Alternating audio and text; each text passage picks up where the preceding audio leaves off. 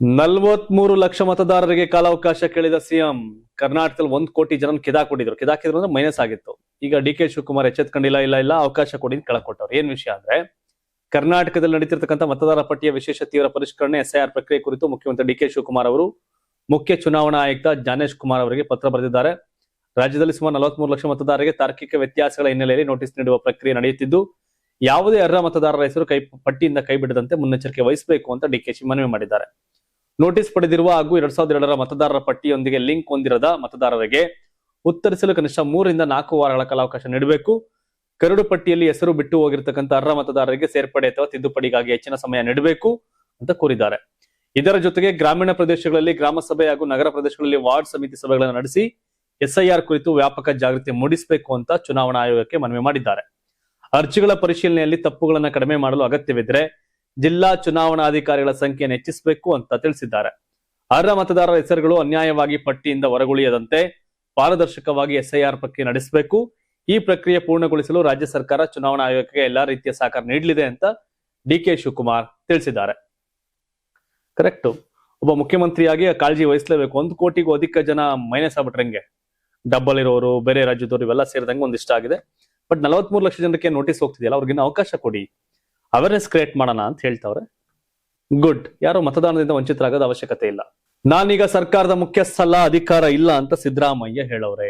ಯಾಕೆ ಹೇಳಿದ್ರಿ ಇದನ್ನ, ಎಲ್ಲಿ ಹೇಳಿದ್ರು ಅಂತ ನೋಡೋದಾದ್ರೆ, ಸಾಮಾಜಿಕ ನ್ಯಾಯಕ್ಕಾಗಿ ಒಳ ಮೀಸಲಾತಿ ಹೋರಾಟ ಸಮಿತಿ ಆಯೋಜಿಸಿದ್ದ ಒಳ ಮೀಸಲಾತಿ ಕುರಿತ ವಿಚಾರ ಸಂಕಿರಣವನ್ನ ಉದ್ಘಾಟಿಸಿ ಮಾತನಾಡಿದಂತ ಮಾಜಿ ಮುಖ್ಯಮಂತ್ರಿ ಸಿದ್ದರಾಮಯ್ಯ ಅವರು, ನಾನೀಗ ಸರ್ಕಾರದ ಮುಖ್ಯಸ್ಥನಲ್ಲ, ನನ್ನ ಬಳಿ ಅಧಿಕಾರವಿಲ್ಲ, ಆದರೆ ಒಳ ಮೀಸಲಾತಿಯ ಪರವಿರುವವನು, ಮೀಸಲಾತಿ ವ್ಯವಸ್ಥೆಯ ಪರ, ಸಾಮಾಜಿಕ ನ್ಯಾಯದ ಪರ ಇರುವವನು ನಾನು. ಈ ವಿಚಾರದಲ್ಲಿ ಹಿಂದೆಯೂ ರಾಜಿಯಾಗಿ ಮುಂದೆಯೂ ರಾಜಿ ಆಗಲ್ಲ. ಜಾತಿ ವ್ಯವಸ್ಥೆ ಪರಿಣಾಮವಾಗಿ ಶೋಷಣೆಗೆ ಒಳಗಾದವರಿಗೆ, ಅವಕಾಶ ವಂಚಿತವರಿಗೆ ಮೀಸಲಾತಿ ಸಿಗ್ಲೇಬೇಕು. ನಾವ್ಯಾರು ದಡ್ಡರಲ್ಲ. ಅವಕಾಶ ವಂಚಿತರು ನಮ್ಮ ಬುದ್ಧಿವಂತಿಕೆ ಪ್ರದರ್ಶನಕ್ಕೆ ಅವಕಾಶ ಸಿಕ್ಕಿರಲಿಲ್ಲ. ಈ ಅವಕಾಶವನ್ನ ಮೀಸಲಾತಿ ವ್ಯವಸ್ಥೆ ನೀಡ್ತಾ ಇದೆ ಅಂತ ಹೇಳಿದ್ರು. ಎಲ್ಲಿಯವರೆಗೆ ಸಮಾನ ಅವಕಾಶಗಳು ಸಿಗೋದಿಲ್ಲ, ಅಲ್ಲಿಯವರೆಗೆ ಅಸಮಾನತೆ ಹೋಗೋದಿಲ್ಲ. ಈ ಅಸಮಾನತೆ ಹೋಗ್ಬೇಕಾದ್ರೆ ಎಲ್ಲರಿಗೂ ಸಾಮಾಜಿಕ, ಆರ್ಥಿಕ, ರಾಜಕೀಯ ಶಕ್ತಿ ಬರಬೇಕು ಅಂತ ಬಾಬಾ ಸಾಹೇಬ್ರು ಹೇಳಿದ್ರು. ಬುದ್ಧನ ಕಾಲದಿಂದಲೂ ಇಲ್ಲಿ ಜಾತಿ ವ್ಯವಸ್ಥೆ ಇದೆ, ಅದರ ವಿರುದ್ಧ ಸುಧಾರಣಾ ಚಳವಳಿಗಳು ನಡೀತಿವೆ, ಇದು ಹೋಗ್ಬೇಕು ಅಂತ ಎಲ್ಲರೂ ಹೇಳ್ತಾರೆ.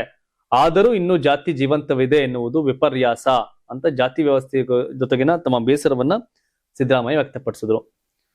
ನಾನು ಮುಖ್ಯಮಂತ್ರಿ ಇಲ್ಲ, ನನ್ನ ಹತ್ರ ಅಧಿಕಾರ ಇಲ್ಲ, ಇವೆಲ್ಲ ಹೇಳಿ ಬಟ್ ನಾನೇನು ಅಂತ ಹೇಳಕ್ ಹೊರಟವ್ರೆ. ಸಿದ್ದರಾಮಯ್ಯ ಚುನಾವಣಾ ರಾಜಕಾರಣದಿಂದ ನಿವೃತ್ತಿ ಆಗಿದ್ದಾರೆ. ರಾಜಕೀಯ ಚಟುವಟಿಕೆಗಳಿಂದ ಅಲ್ಲ, ಏನೋ ಗೇಮ್ ನಡೀತಾ ಐತೆ. ಅಂದ್ರೆ ಗೇಮ್ ಮೀನ್ಸ್ ಸಿದ್ದರಾಮಯ್ಯನವರ ಮೌನ ಏನೋ ಸೂಚನೆಗಳನ್ನ ಕೊಡ್ತಾ ಇದೆ, ನೋಡ್ಬೇಕು. ಸೆಪ್ಟೆಂಬರ್ 1ರಿಂದ ಬಿಜೆಪಿ 120 ಕಿಲೋಮೀಟರ್ ಪಾದಯಾತ್ರೆ. ಮಹರ್ಷಿ ವಾಲ್ಮೀಕಿ ಪರಿಶಿಷ್ಟ ಪಂಗಡಗಳ ಅಭಿವೃದ್ಧಿ ನಿಗಮದ ಬಹುಕೋಟಿ ಅಕ್ರಮ ಹಗರಣ ಖಂಡಿಸಿ ರಾಜ್ಯ ಸರ್ಕಾರದ ವಿರುದ್ಧ ಬಿಜೆಪಿ ಬೃಹತ್ ಸಮರ ಸಾರಿದೆ.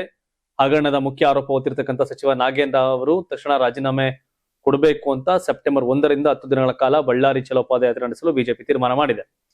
ಬಿಜೆಪಿ ರಾಜ್ಯ ಕಚೇರಿಯಲ್ಲಿ ನಡೆದ ಜಂಟಿ ಸುದ್ದಿಗೋಷ್ಠಿಯಲ್ಲಿ ರಾಜ್ಯಾಧ್ಯಕ್ಷ BY ವಿಜಯೇಂದ್ರ, ವಿರೋಧ ಪಕ್ಷದ ನಾಯಕ R ಅಶೋಕ್, ಛಲವಾದಿ ನಾರಾಯಣಸ್ವಾಮಿ ಹಾಗೂ ಪ್ರಮುಖ ನಾಯಕರ ಸಮ್ಮುಖದಲ್ಲಿ ಈ ನಿರ್ಧಾರ ಪ್ರಕಟಿಸಲಾಯಿತು. ರಾಯಚೂರಿನ ಗುರಗುಂಟದಿಂದ ಆರಂಭವಾಗುವಂತಹ ಈ ಪಾದಯಾತ್ರೆಯು ಲಿಂಗಸ್ಕೂರು, ಮಸ್ಕಿ, ಸಿಂಧನೂರು ಮತ್ತು ಶಿರಗುಪ್ಪ ಮಾರ್ಗವಾಗಿ ಒಟ್ಟು 120 ಕಿಮಿ ಕ್ರಮಿಸಿ ಬಳ್ಳಾರಿ ತಲುಪಲಿದೆ. ಸರ್ಕಾರವೇ ವಾಲ್ಮೀಕಿ ನಿಗಮದಲ್ಲಿ ಅಕ್ರಮ ನಡೆದಿರುವುದನ್ನು ಒಪ್ಪಿಕೊಂಡಿದ್ದರೂ ಸಚಿವ ನಾಗೇಂದ್ರ ಅವರನ್ನ ರಕ್ಷಿಸುತ್ತಿದೆ ಅಂತ ಬಿಜೆಪಿ ನಾಯಕರು ತೀವ್ರ ಆಕ್ರೋಶ ಹೊರಹಾಕಿದ್ದಾರೆ.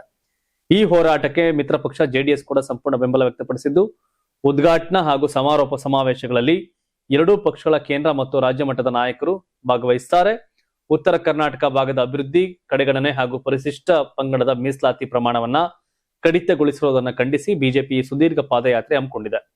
ಸರ್ಕಾರದ ವೈಫಲ್ಯಗಳು ಹಾಗೂ ಬಡವರ ವಿರೋಧಿ ನೀತಿಗಳನ್ನ ಜನರ ಮುಂದಿಟ್ಟು ಬೀದಿಗಿಳಿದು ಹೋರಾಟ ತೀವ್ರಗೊಳಿಸುವುದಾಗಿ ಬಿಜೆಪಿ ನಾಯಕರು ಎಚ್ಚರಿಕೆಯನ್ನು ಕೊಟ್ಟಿದ್ದಾರೆ.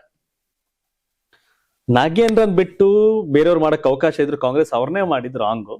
ಬಟ್ ಈ ಹೋರಾಟ ಎಷ್ಟು ಮಟ್ಟಿಗೆ ಸಕ್ಸಸ್ ಆಗತ್ತೆ ಅಂತ ಕಾದ್ ನೋಡ್ಬೇಕು. ಬಟ್ ಬಿಜೆಪಿ ಅವರಿಗೆ ಎಚ್ಚೆತ್ಕೊಂಡಂಗೆ ಕಾಣ್ತಿದೆ. ವಿರೋಧ ಪಕ್ಷವಾಗಿ ಹೋರಾಟಗಳನ್ನ ಮೈತ್ರಿ ಪಾರ್ಟಿ JDS ಕರ್ಕೊಂಡು ಹೋಗಿ ಮಾಡ್ತಾವ್ರೆ.